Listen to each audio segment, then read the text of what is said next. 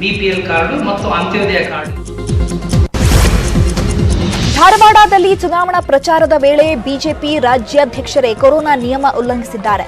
ಮುರುಘಾ ಮಠದ ಪಾದಯಾತ್ರೆ ಕೈಗೊಂಡಿದ್ದ ನಳಿನ್ ಕುಮಾರ್ ಕಟೀಲ್ ನೂರಾರು ಕಾರ್ಯಕರ್ತರೊಂದಿಗೆ ಪಾದಯಾತ್ರೆಯಲ್ಲಿ ಪಾಲ್ಗೊಂಡಿದ್ರು.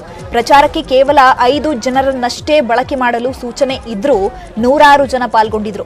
ಬಿಜೆಪಿ ಕಾರ್ಯಕರ್ತರು ಸಾಮಾಜಿಕ ಅಂತರವನ್ನು ಪಾಲಿಸಿರಲಿಲ್ಲ, ಮುಖಕ್ಕೆ ಮಾಸ್ಕ್ ಕೂಡ ಹಾಕಿರಲಿಲ್ಲ. ಈ ಕುರಿತು ಕಟೀಲ್ ಅವರನ್ನ ಕೇಳಿದ್ರೆ, ನಾವು 5 ಜನ ಬರುವಂತೆ ಹೇಳಿದ್ವಿ, ಆದ್ರೆ ಕಾರ್ಯಕರ್ತರೇ ಹಿಂಬಾಲಿಸುತ್ತಿದ್ದಾರೆ ಅಂತ ಹೇಳಿಕೆಯನ್ನ ಕೊಟ್ಟಿದ್ದಾರೆ.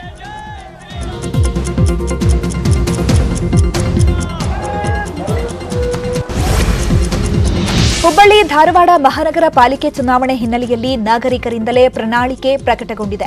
ಈಗಾಗಲೇ ರಾಷ್ಟ್ರೀಯ ಪಕ್ಷಗಳು ಪ್ರಣಾಳಿಕೆ ಬಿಡುಗಡೆ ಮಾಡಿವೆ. ಈಗ ರಾಷ್ಟ್ರೀಯ ಪಕ್ಷಗಳಿಗೆ ಮತದಾರರು ಸವಾಲೆಸೆದಿದ್ದಾರೆ.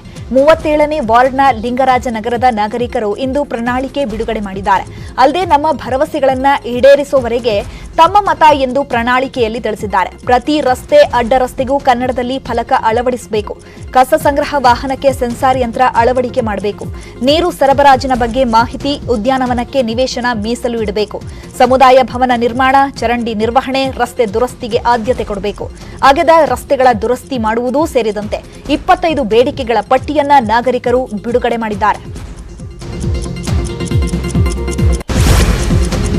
ಇನ್ನು ಹುಬ್ಬಳ್ಳಿ ಧಾರವಾಡ ಮಹಾನಗರ ಪಾಲಿಕೆಯಲ್ಲಿ